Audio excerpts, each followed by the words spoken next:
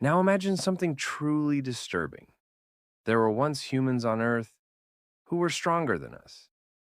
They survived Ice Age winters, hunted giant beasts, and lived in a world where modern humans probably wouldn't last a week. But they disappeared. And the real question isn't why they went extinct. The real question is, why did we survive? Because honestly, we were never supposed to win. Let me ask you something. What if I told you that for most of human history, you were not alone on this planet? There wasn't just one type of human walking the earth. There were at least two, and one of them wasn't us.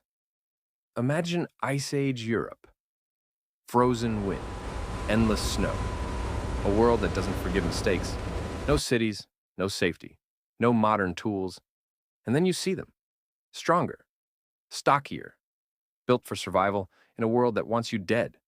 Not monsters, not animals, humans, just a different version. Homo neanderthalensis. And here's the uncomfortable truth. For a very long time, they were doing better than us. Neanderthals didn't struggle to survive, they mastered survival. For over 300,000 years, they lived across Ice Age Europe and parts of Western Asia, enduring climates that would kill most modern humans in days. Their bodies were built for that world. Thick bones, powerful muscles, short limbs to preserve heat, and large brains. They weren't primitive, they were optimized. If survival was the only goal of evolution, Neanderthals were a success story. And then something changed. Around 60,000 years ago, a new human species began spreading across the world, Homo sapiens. At first glance, we were not impressive. Weaker bodies, less physical power, less adaptation to Ice Age Europe. If you placed a Neanderthal and a Homo sapiens in the same frozen wilderness with no tools, the Neanderthal would almost always survive longer. So the real question becomes, how did we take over the entire planet? The answer is not strength, it's connection. Homo sapiens didn't just live in groups. We built networks. We shared ideas across distances, between tribes that would never meet each other again. We developed complex language, symbolic thinking, shared beliefs, and long-distance cooperation. And that changed everything. Because for us, knowledge didn't die with one group, it spread. Neanderthals likely had intelligence too, but their world was smaller, more isolated, less connected. We were not stronger individually, we were stronger collectively. But even that doesn't fully explain what happened.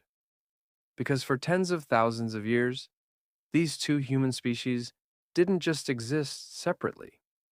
They met, they interacted, and sometimes they had children together. Modern humans and Neanderthals were not completely separate worlds.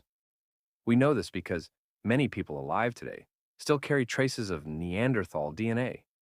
That means there was contact, mixing, overlap. And yet, around 40,000 years ago, Neanderthals slowly disappear from the fossil record.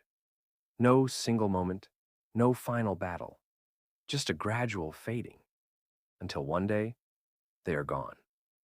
Scientists still debate this. It could have been climate change, it could have been competition for resources, it could have been disease, or it could have been absorption into Homo sapiens populations, or all of it together. But one idea keeps coming back. They didn't just disappear, they became part of us, which leads to a disturbing question. If they didn't vanish in a single moment, what does it even mean to say they are extinct? Because Neanderthals didn't fully disappear, they still exist in you. Small fragments of their DNA are carried by many modern humans, silent evidence of ancient encounters that never truly ended. So, this is not just a story of extinction, It's a story of fusion, but that raises an even deeper mystery. If Neanderthals were strong, intelligent, and perfectly adapted to their world, why did Homo sapiens become the dominant human species on Earth? What did we have that they didn't? Or something even more unsettling? What if our advantage was not strength at all? Here's what we know.